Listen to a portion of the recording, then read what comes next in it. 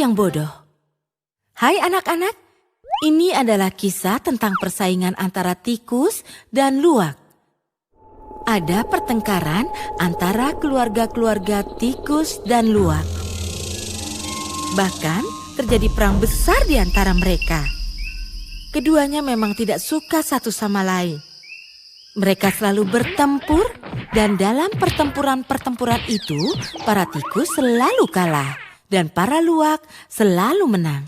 Akhirnya dengan penuh kekecewaan kelompok tikus bertemu untuk mencari cara agar dapat menang dari kaum luwak. Salah seekor bilang, "Lakukan seperti ini," dan yang lain bilang, "Lakukan itu saja." Sementara itu salah satu tikus muda berdiri dan berkata, "Teman-teman, kita selalu saja kalah bertempur. Kenapa? Apa kita tahu mengapa kita selalu dikalahkan? Itu karena kita tidak mengikuti disiplin. Pasukan kita bertempur seperti hewan-hewan bodoh. Kita tidak punya taktik maupun pemimpin. Perencanaan perang kita tidak ada artinya. Satu sama lain tidak ada yang mendengarkan. Masing-masing mengira dialah yang terbaik. Dia bertindak sesukanya, memutuskan bagaimana dia ingin bertempur dan bertempur dengan segala cara. Apa kita akan menang? Tidak. Bila kalian ingin menang, pertama-tama kalian harus memilih kapten dulu. Mengikuti perintahnya lalu menyerang musuh." Semuanya sangat menyukai kata-kata si tikus muda. Mereka semua menari senang dan mengangkat si tikus muda itu menjadi kapten tempur. Bahkan tanpa menyelidiki apakah tikus itu pantas menerima jabatan itu atau tidak. Si tikus muda juga siap menjadi kapten mereka. Seakan-akan dia telah terangkat ke langit ketujuh. Si tikus muda benar-benar merasa tersanjung. Dia telah mengatakan banyak hal bagus dalam rapat itu. Dia hampir menyombongkan diri, tapi sebenarnya dia tidak tahu cara memimpin pasukan. Apakah peraturan perang itu? Bagaimana cara menyerang musuh? Atau bila musuh menyerang, bagaimana caranya menyiagakan pertahanan? Dia tidak tahu apa-apa. Setelah menjadi kapten, si tikus muda lupa diri dan dia terlena menikmati jabatannya. Dia memerintahkan semua tikus, "Karena kini aku adalah kapten, aku harus dihormati oleh semua kaum seperti halnya manusia. Dan aku harus disembah 5 tikus betina setiap harinya. Kalian harus mengatur kunjungan kerajaanku di setiap wilayah besar dan kecil. Wow, coba lihat, cetak fotoku dalam tiap surat kabar. Pertama kalian harus belajar menghormati kapten kalian. Itu baru benar." Oh, ya ampun. Hal terpenting yaitu perang melawan kaum luwak jadi terlupakan. Si kapten tikus terus-menerus dipuja dan disembah. Foto-foto dicetak dan tersebar luas. Si tikus muda itu menganggap dirinya sendiri seseorang dengan kepribadian agung. Tapi dia tidak berhenti di sana. Apa kalian tahu apa yang harus dia lakukan untuk menampilkan dirinya sebagai yang paling beda dan yang paling agung di antara lingkungannya? Dia juga mempersiapkan baju zirah besi besar dan mahkota berhiaskan 2 tanduk besar.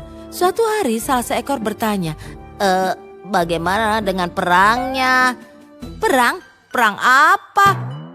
tanya si kapten dengan ceroboh.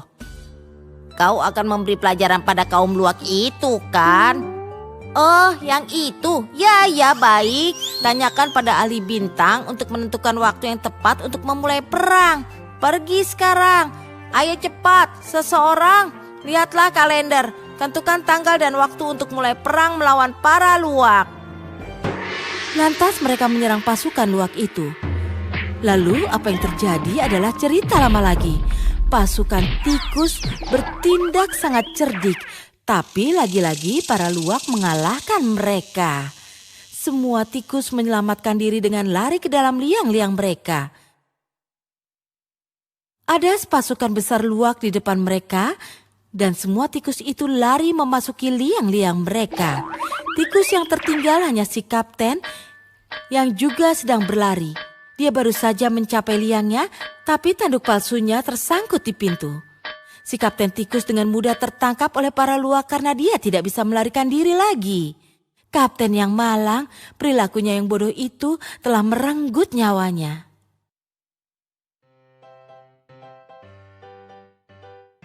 film tadi dapat disimpulkan bahwa teks narasi atau cerita imajinasi adalah bacaan berupa karangan yang menceritakan atau menjelaskan suatu peristiwa secara detail berdasarkan urutan waktu. Dalam teks narasi, cerita atau karangan yang dibuat bisa berupa imajinasi yang bertujuan untuk menghibur pembacanya melalui cerita. Kalau dalam teks kita sebutnya teks narasi ya, sedangkan kalau dalam film kita bisa istilahkan dengan cerita imajinasi. Untuk memahami pengertian dari teks narasi atau cerita imajinasi, kita bisa menggunakan 3 kata kunci, yaitu peristiwa, alur cerita, khayalan. Jika terdapat 3 kata kunci tersebut, berarti itu merupakan teks narasi. Selanjutnya kita akan membahas mengenai unsur-unsur teks narasi. Unsur-unsur yang pertama yaitu ada tema, alur, penokohan, latar, sudut pandang, gaya bahasa, dan amanat. Nah, unsur-unsurnya sama ya dengan cerita atau teks-teks pada umumnya. Ini merupakan unsur intrinsik. Selanjutnya kita akan membahas tentang struktur teks narasi. Ada 4. Yang pertama yaitu orientasi berkaitan dengan pengenalan cerita. Yang pertama, ceritanya tentang apa? Tokohnya siapa dalam cerita tersebut?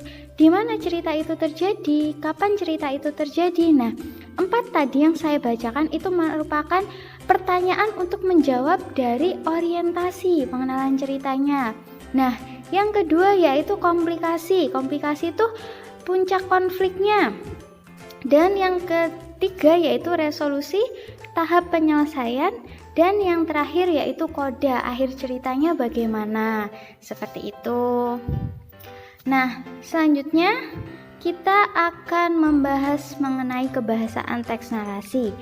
Yang pertama, banyak menggunakan kalimat bermakna urutan waktu. Seperti contohnya, ketika itu, beberapa tahun yang lalu, dan telah terjadi. Itu merupakan kata-kata yang bermakna urutan waktu. Yang kedua yaitu banyak menggunakan kata yang menyatakan urutan waktu. Ini konjungsi ya. Kalau yang tadi katanya, kalau yang ini konjungsinya seperti sejak saat itu, setelah itu, mula-mula, kemudian. Dan yang ketiga yaitu banyak menggunakan kata kerja yang menggambarkan suatu peristiwa. Seperti contoh katanya menyuruh, membersihkan, menawari, melompat, dan menghindar. Itu kata kerja yang menggambarkan suatu peristiwa yang terjadi ya. Selanjutnya yaitu Nah, ini yang keempat yaitu banyak menggunakan kata kerja yang menunjukkan kalimat tidak langsung sebagai cara menceritakan tuturan seseorang. Nah, ini kata-kata yang tidak langsung. Biasanya ada kata-kata mengatakan, menceritakan, mengungkapkan, menanyakan, menyatakan. Ini kata-kata yang digunakan untuk menyatakan kata tidak langsung. Dan yang kelima yaitu banyak menggunakan kata kerja yang menyatakan sesuatu yang dipikirkan atau dirasakan oleh tokoh, seperti kata-kata merasakan, menginginkan, mengharapkan, mendambakan, mengalami. Ini kata kerja yang menyatakan sesuatu yang dipikirkan atau dirasakan. Selanjutnya yang ke-6, menggunakan banyak dialog. Hal ini ditunjukkan oleh tanda petik. Nah, biasanya kita menemukan kata-kata tanda petik ini berarti itu terjadi sebuah dialog ya. Yang itu tuturannya tidak langsung. Ini contohnya seperti ini. Jangan diam saja, segera temui orang itu. Ucap Tony, seumpama seperti itu. Ini berarti menggunakan kata-kata dialog yang biasanya ada di dalam teks narasi. Yang terakhir yaitu menggunakan kata-kata sifat untuk menggambarkan tokoh, tempat, atau suasana. Ini berkaitan dengan latar ya, latar tempat, suasana, dan sifat-sifat tokoh seperti gembira, rajin, bersih, putih. Nah, ini kata-kata sifat yang digunakan di dalam tokoh. Nah, itu tadi materi yang sudah kita pelajari berkaitan dengan teks narasi. Sekian, terima kasih. Wassalamualaikum warahmatullahi wabarakatuh.